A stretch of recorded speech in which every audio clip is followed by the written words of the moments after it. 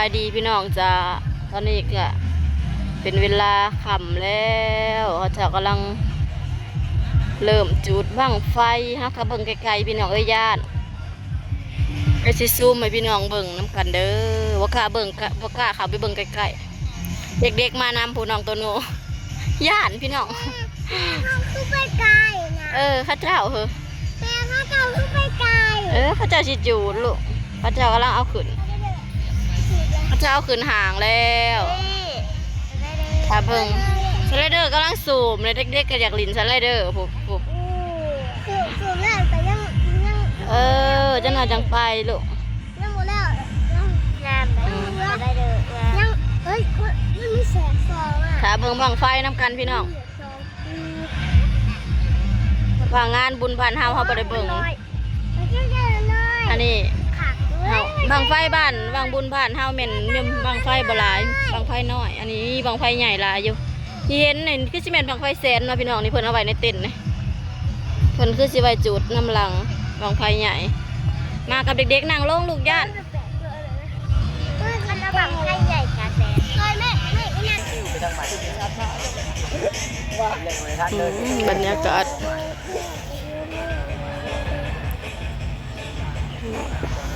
ไว้ตัวมัน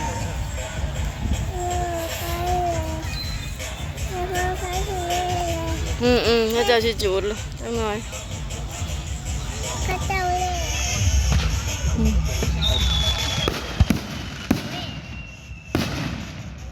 หัวใจกูอยากวายติวาย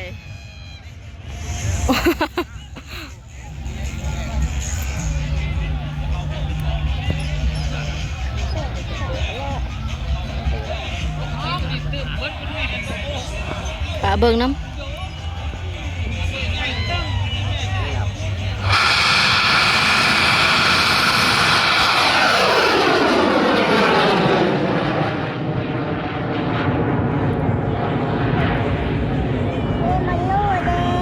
โน่ก็ได้หันแล้วลูกปลา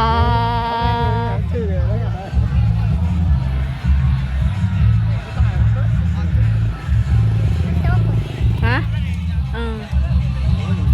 ปี๊บปีลึกว่าควันพี่น้องอันนั้นมาหน้าห่วงอ้ายอยู่ในหันเลยอ้ายกันเลยไปเอิญมันไว้นะเขาจะยุดแล้วเขาจะจูดใหม่ผมว่ามียังดอกไปผมมาลงเลยผมไกลๆผมไปเอาไปเอิญงอกมาไปอยู่ในแถวนั่นแหละนี่แถวบนนี่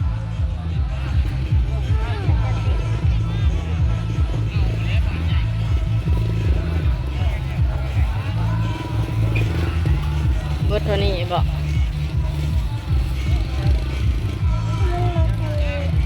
ปุ๊บ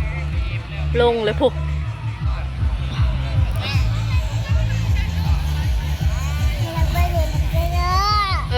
สิพาไปอยู่โอเคเด็กๆนะปุ๊บปีนไปดูมองไงปีนเอ้ยไปสิได้กับลูกหลายๆปุ๊บใช่เลยเตยปีนออกมาดูเตยนี่ทางนี้กับคนหนึ่งพี่น้อง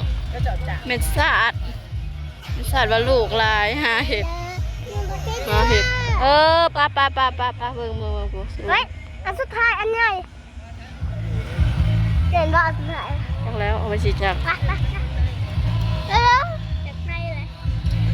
ไฟใหญ่สไลเดอร์ไปเด็กๆไปเรียนสไลเดอร์เขาจะห้างกระฉูบเด็กๆก็คือเด็กก็คือหาวมากเลยปุ๊อย่าอมมือโอ้ยขี้เดียดเขาเจ้าท่านละเปิดลูกไปยานขี่ไปใช้รถขี่เหยียบคอโอ้ผู้คืนสไลเดอร์ผู้เม่นยังตัวในแต่ละคนนะคือผลิตเงินเป็นเองนี่แหละผู้ไปลินมื่อเนี่ยคักอลินโตยังอันนี้นะมื่อเนี่ยทางขึ้นนะคือคักแทะไปแม่จ่ายให้ไปพี่น้องเอ้ยฮักกระเปิดกันแบบพักกันหาวสั่นนะผู้ ผู้เขาเจ้าฮักกระสูบแล้วพากันหาวดงๆสิขึ้นคนไปก็แล้วคุณว่า มาพี่ลูกมาพี่มาจ่ายเงินก่อนลูก น้าว มันน้อยมันที่จะพูด แล้วไม่ต้องเสียจ้ะ แล้วบ่ เอาไว้น้ำมันเบาชิพัดไม่ให้แบบนี้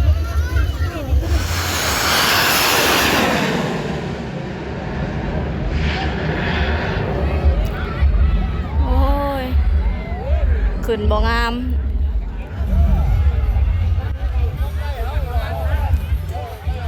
ขึ้นบ่งามพี่น้องเอ้ยป้า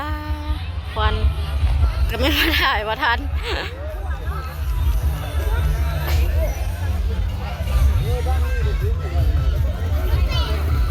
ว่างนี่ขึ้นบ่งาม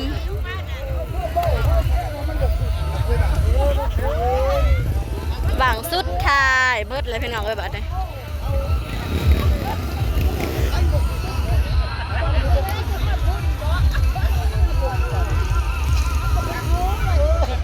ขึ้นบ่งาม เฮ้ยมากินข้าวจะก้อนหนีกัน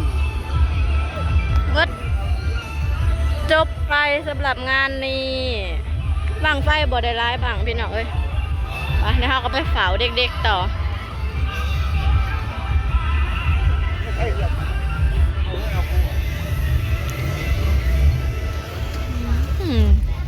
นะเด็กๆคอยลูกเมื่อยลินสไลเดอร์เลยพากันมาขี่รถซิ่งกันนี่ไปขี่จนหน่อยมันเบิดเวลาการขี่ไปน้ำทางนะเต้ยผู้เต้ยมันจังโล่งโน้ยขี่ไปตามทางนะลูกผู้ ไปไม่ไหนแหละ ก็ขี่ขึ้นไปแล้วแหละนี่มองทานมันเรียบนี่คางมันเด้งดึงนี่ สุกน้ำมันบ่อยากไปกะขี่ไปผู้ลูกไป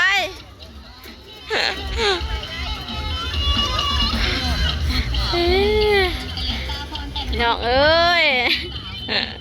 ว่าจะนะเฮาก็บ่ได้มันเผาลูกเผาร้านจังซี่แหละบ่ได้ไปลินน้ำหมูดอก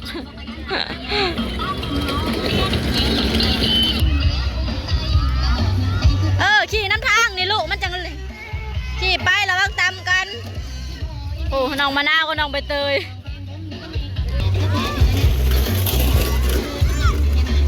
ไปขี่ไปบอลมันเรียบระวังตำกันแล้วนิว